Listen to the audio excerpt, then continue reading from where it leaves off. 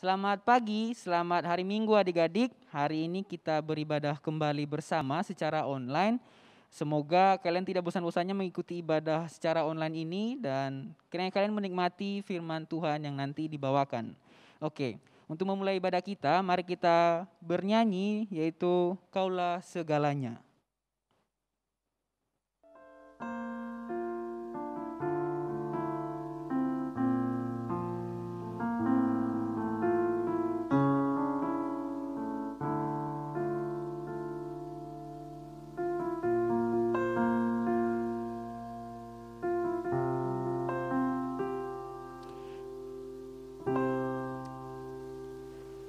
Kau Bapa yang mengasihiku,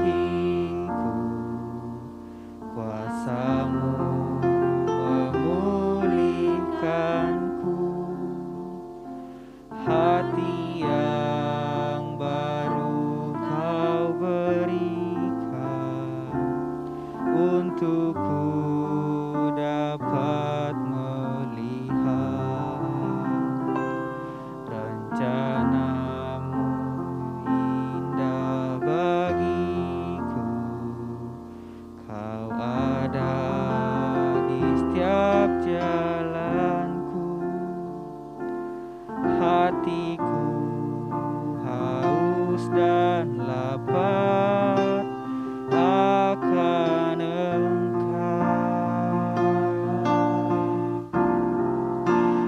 Kaulah segalanya di dalam hidupku, kerajaan-Mu, kebenaran-Mu, itu bagianku. Kaulah yang kupandang selama hidupku, mengasihi-Mu, memuliakan-Mu, Bapa dan Rajaku.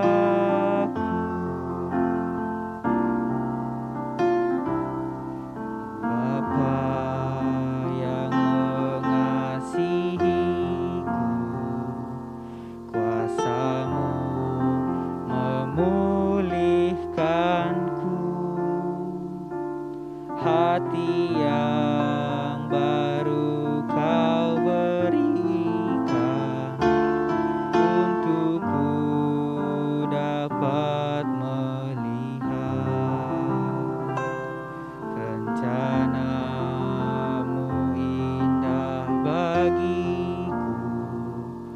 Kau ada di setiap jalanku, hatiku haus dan lapar akan Engkau.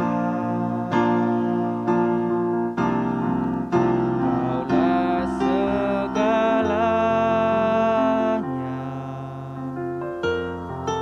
di dalam hidupku,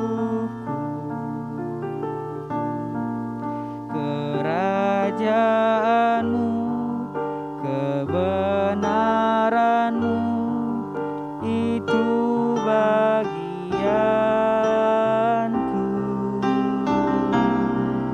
Kaulah yang kupandang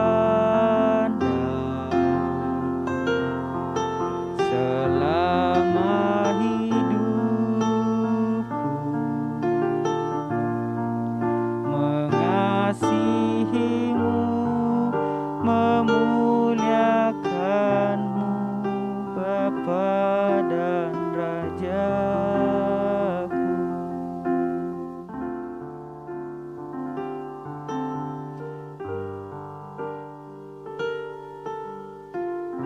Baik adik-adik, kita mau mendengarkan firman Tuhan. Mari kita bersatu di dalam doa. Tuhan, terima kasih Tuhan sudah memelihara kehidupan kami hingga sampai pada saat ini. Sebentar kami mau mendengarkan firman-Mu. Tuhan, bukakanlah pintu hati kami sehingga firman yang boleh kami dengarkan, boleh kami pahami dengan baik, dan biarlah dapat kami aplikasikan dalam kehidupan kami sehari-hari. Ya Allah Roh Kudus, kiranya yang menuntun kami memahami firman-Mu.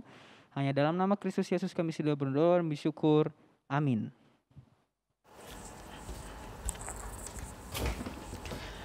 Selamat hari Minggu adik-adik semua, jumpa lagi bersama Lause Indra, Lause yang hari ini akan bercerita tentang firman Tuhan. Nah, topik firman Tuhan yang kita bahas hari ini itu adalah bercerita tentang tentang perumpamaan tentang penggarap kebun anggur. Nah, sebelum kita masuk ke dalam cerita, mari kita bersatu dulu dalam doa. Mari kita berdoa. Tuhan Yesus, terima kasih Tuhan untuk waktu pada pagi hari ini di mana kami boleh berkumpul, kami boleh beribadah, mendengarkan firman-Mu. Tuhan, tolong kami biarlah firman ini dapat kami pahami dengan baik dan dapat juga kami aplikasikan dalam kehidupan kami. Terima kasih Bapa, kami serahkan waktu kami ke depan ke dalam tangan-Mu. Berkati setiap perangkat yang kami gunakan, jaringan internet, sehingga Tuhan firman ibadah ini boleh berlangsung dengan baik. Terima kasih Bapa, dalam nama Tuhan Yesus kami sudah bersyukur. Amin. Oke. Seperti yang sudah Lause sampaikan sebelumnya, yaitu topik cerita kita itu hari ini itu adalah perumpamaan tentang penggarap kebun anggur. Nah, nats Alkitabnya itu terambil dari Matius 21 ayat 33 sampai 46. Nah, adik-adik bisa mengambil waktunya dulu membaca nats tersebut, Matius 21 ayat 33 sampai 46. Nah, adik-adik bisa pause video dan baca dulu Alkitab nats tersebut. Nah, oke. Sebelum lanjut dalam cerita, mungkin adik-adik ketika mendengar perikopnya saja, perumpamaan tentang penggarap kebun anggur. Mungkin adik-adik pada bertanya-tanya, apa sih itu penggarap? Apa itu penggarap? Nah, jadi pada zaman itu dulu, orang-orang Israel yang kaya itu tidak tinggal dekat kebun anggur. Mungkin tinggal di negeri lain yang namanya juga orang kaya ya. Kalau orang kaya tinggal di dekat kebunnya, ya mungkin itu ada sih beberapa, tapi ya banyak kan mungkin mereka ya di tempat yang berkumpul bersama-sama yang lain gitu. Tempat elit atau bagaimana, nggak tinggal dekat kebun. Nah, jadi biar kebun mereka tetap diolah dengan baik, jadi mereka menyewa penggarap. Nah, sehingga kebun anggur mereka boleh diolah dengan baik, dan nanti kesepakatan antara penggarap dengan si tuan, hasilnya bagaimana? Dibagi dua atau bagaimana? Atau nanti hasilnya semuanya kepada tuannya, lalu penggarap-penggarapnya diberikan upah, itu tergantung kesepakatan antara dua belah pihak, antara si tuan sama penggarap-penggarap. Jadi jadi penggarap-penggarap itu adalah yang membantu mengelola si kebun anggur milik si tuan. Nah, saat bercerita tentang perumpamaan ini, Tuhan Yesus bercerita di tengah orang-orang banyak. Nah, di sana ada pemimpin-pemimpin agama di Israel. Kalau misalnya adik-adik baca di ayat 45 tadi itu, di sana kan dibilang, ketika imam-imam kepala dan orang-orang Farisi mendengar perumpamaan Yesus, mereka mengerti bahwa mereka yang dimasukkannya. Nah, jadi artinya bahwa selama Tuhan Yesus menceritakan perumpamaan ini, pemimpin-pemimpin agama dan orang-orang Farisi, imam-imam kepala dan orang-orang Farisi ada di sana. Mereka mendengarkan. Nah, dalam cerita ini Lause bagi dua pesan yang bisa kita ambil. Pertama, dari ayat 33 sampai 41 dan kemudian ayat 42 sampai 44. Oke. Yang pertama, dalam ayat 33 sampai 41 cerita tentang seorang tuan. Dalam cerita itu diceritakan bahwa seorang tuan ia memiliki kebun anggur dan menyewakannya kepada penggarap-penggarap karena ia tinggal jauh di negeri jauh, bukan tinggal di situ. Jadi ia menyewakan kebun anggurnya kepada penggarap-penggarap untuk dikelola gitu. Nah, setelah tiba waktu panen, tuan tersebut menyuruh hambanya untuk menagih bagiannya, meminta bagiannya gitu. Nah, lalu apa yang penggarap-penggarap lakukan? Hambanya tersebut dibunuh, tidak kembali. Nah, kemudian si tuan menyuruh hambanya lagi namun dalam jumlah yang lebih banyak dari sebelumnya. Dan hal yang sama pun terjadi gitu. Hamba-hambanya itu dibunuh juga sama si penggarap-penggarap. Kemudian si Tuhan mengirim anaknya. Yang mengirim anaknya dengan berpikir bahwa kalau aku kirim anakku, ya mungkin mereka akan lebih menghargai anakku. Tetapi apa yang ada terbesit di pikiran si penggarap-penggarap adalah bahwa ini itu ahli warisnya. Kalau kita bunuh, nanti warisannya ke kita. Jadi mereka juga bunuh anaknya si penggarap. Perumpamaan ini tuh sebenarnya menggambarkan tentang kedatangan Tuhan Yesus dan sikap para pemimpin atau imam-imam dan orang Farisi. Nah, kenapa bisa begitu? Dari cerita dari ayat 33 sampai 41 tadi, coba adik-adik bayangkan begini.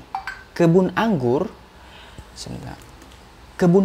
adalah umat Tuhan.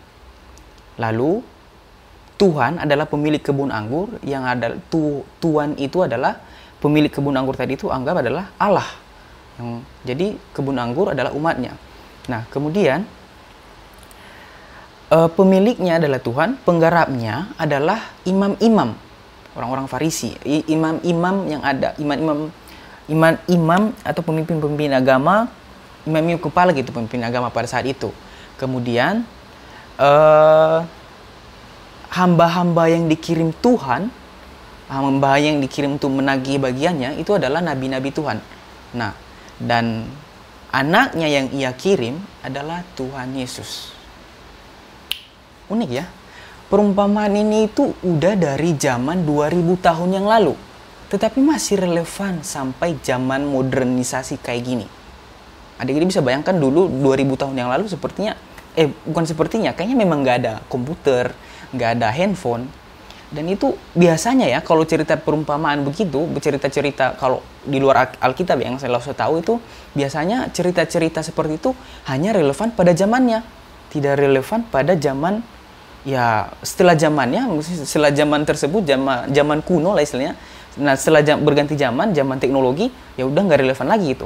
Beda lagi teori, beda lagi cerita yang ada.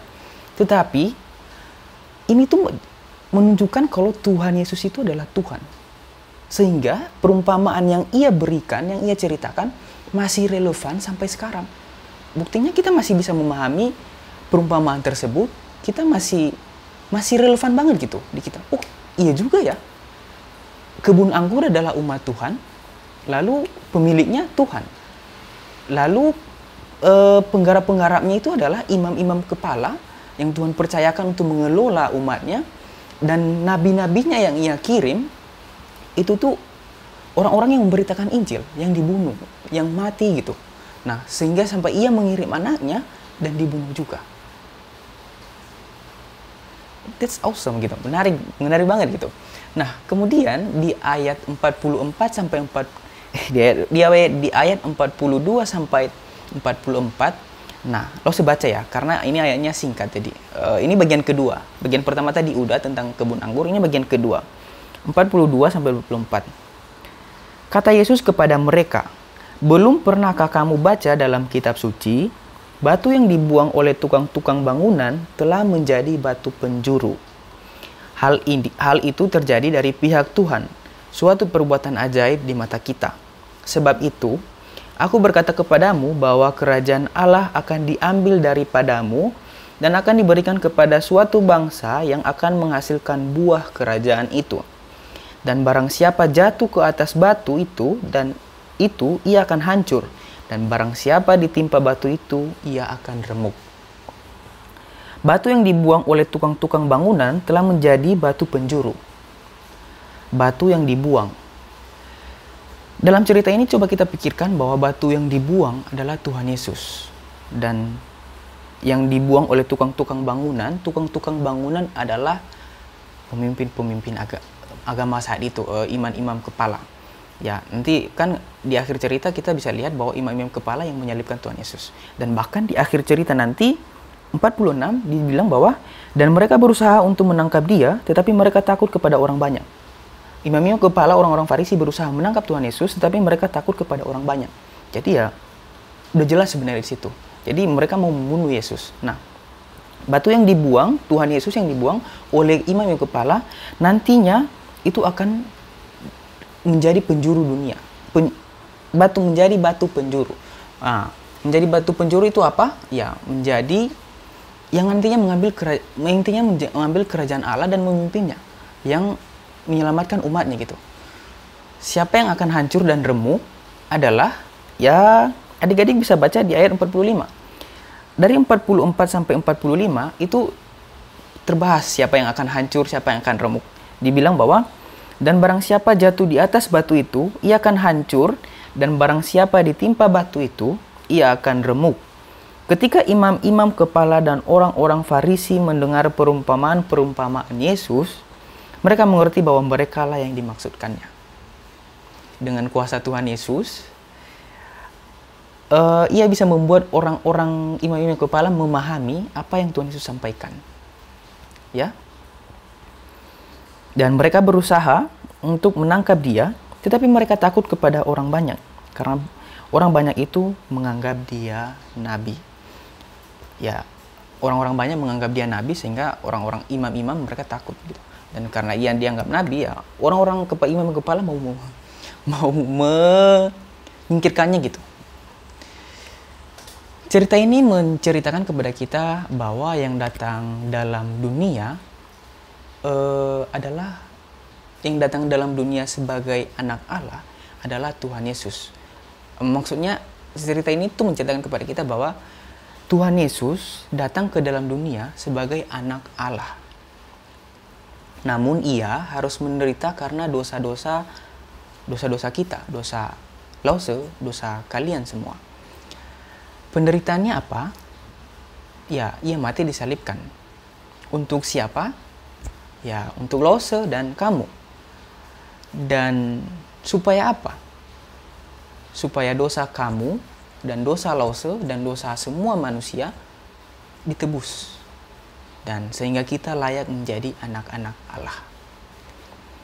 Jadi sudahkah hari ini kamu bersyukur dengan apa yang sudah Tuhan Yesus lakukan di atas kayu salib untuk kamu? Sudah Lause kemarin. Itu kemarin. Hari ini sudah belum. Itu artinya bahwa kita harus mengucap syukur setiap hari, setiap saat.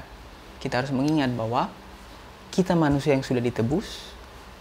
Kita anak-anak Allah. Dan dosa kita sudah ditebus oleh Tuhan Yesus di atas kayu salib. Dan kita harus tetap setiap saat mengucap syukur akan hal tersebut. Ya, demikian cerita yang bisa Lause ceritakan kepada diri semua. Jangan lupa mengucap syukur. Mari kita bersatu di dalam doa. Tuhan Yesus, terima kasih Tuhan untuk firman-Mu. Tuhan tolong kami untuk memahami firman yang sudah kami dengarkan. Tuhan juga bantu kami untuk bersyukur setiap waktu, setiap saat, dan selalu menyenangkan Tuhan Yesus dalam kegiatan kami. Terima kasih Tuhan sudah datang dalam dunia untuk menebus dosa-dosa kami. Kami mau hidup sesuai dengan apa yang Kau kehendaki. Tolong kami. Hanya dalam nama Tuhan Yesus kami sudah berdoa dan kami bersyukur. Amin. Oke, kita sudah selesai mendengarkan firman Tuhan. Sekarang tiba saatnya kita untuk mengumpulkan persembahan. Persembahan dapat dikumpulkan dengan scan barcode yang ada di layar monitor atau layar handphone kalian saat ini. Apabila adik-adik mengalami kebingungan saat scan, bisa minta tolong orang tua dibantu scan. Dan untuk lagu persembahan kita bernyanyi Kau Sangat Kucinta.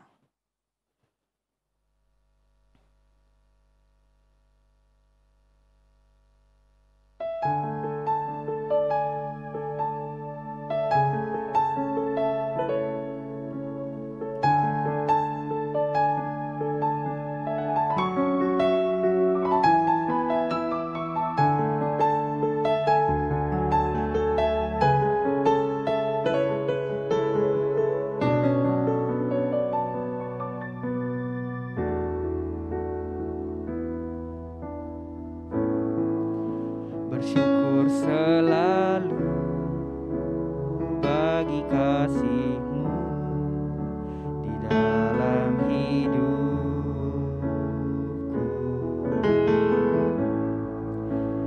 takkan ku ragu atas rencanamu untuk masa depanku. Sebagai Bapa yang baik, takkan pernah kau melupakanku. Sebagai Bapa yang sangat baik, takkan pernah kau meninggalkanku.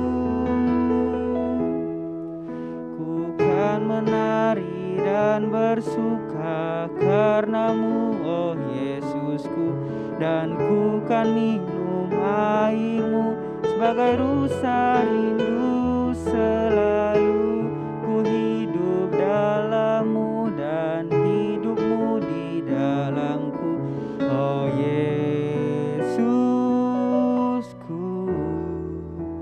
kau sangat ku cinta.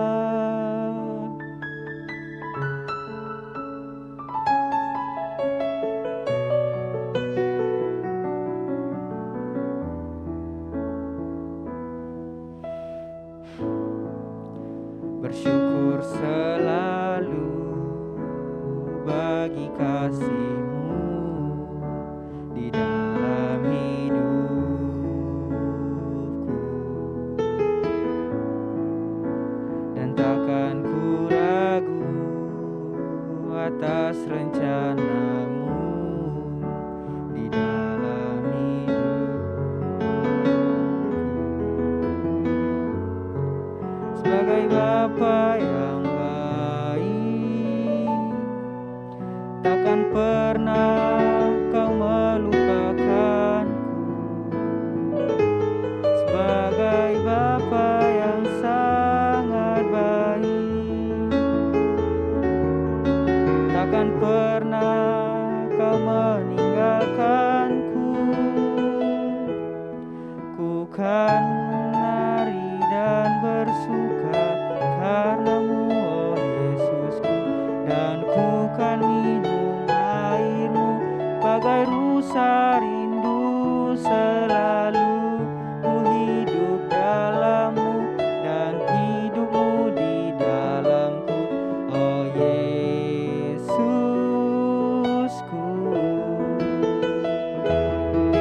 Ku kan menari dan bersuka karenamu, oh Yesusku, dan ku kan minum airmu bagai rusa rindu selalu. Ku hidup dalammu dan hidupmu di dalamku, oh Yesusku, kau sangat ku cinta. Baik, adik-adik, kita sudah mengumpulkan persembahan kita dan kita juga sudah mendengarkan firman Tuhan. Sekarang kita tiba di penghujung ibadah. Untuk menutup ibadah kita bernyanyi Bapa terima kasih.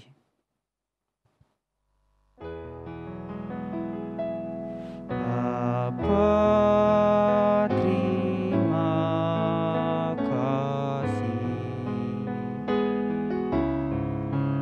Bapa terima kasih. Bapa di dalam surga, puji terima kasih.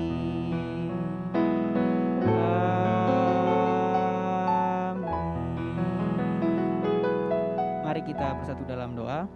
Tuhan Yesus, terima kasih Tuhan untuk hari ini di mana kami sudah mendengarkan firman-Mu. Tuhan, biarlah firman-Mu yang sudah kami dengarkan dapat menjadi pelita bagi kaki kami, sehingga Tuhan firman itu boleh menerangi setiap jalan kami. Bapa, kami juga sudah mengumpulkan persembahan. Berkatilah Tuhan persembahan yang sudah kami kumpulkan. Tuhan, kiranya walaupun itu sedikit, tapi kiranya itu dapat memuliakan kerajaan-Mu. Bapa, kami mau serahkan setiap aktivitas kami ke depan, ke dalam tangan-Mu. Hanya dalam nama Kristus Yesus kami sudah berdoa dan bersyukur. Amin. Baik adik-adik, ibadah kita sudah selesai. Ya, sampai jumpa di minggu-minggu selanjutnya. Bye-bye.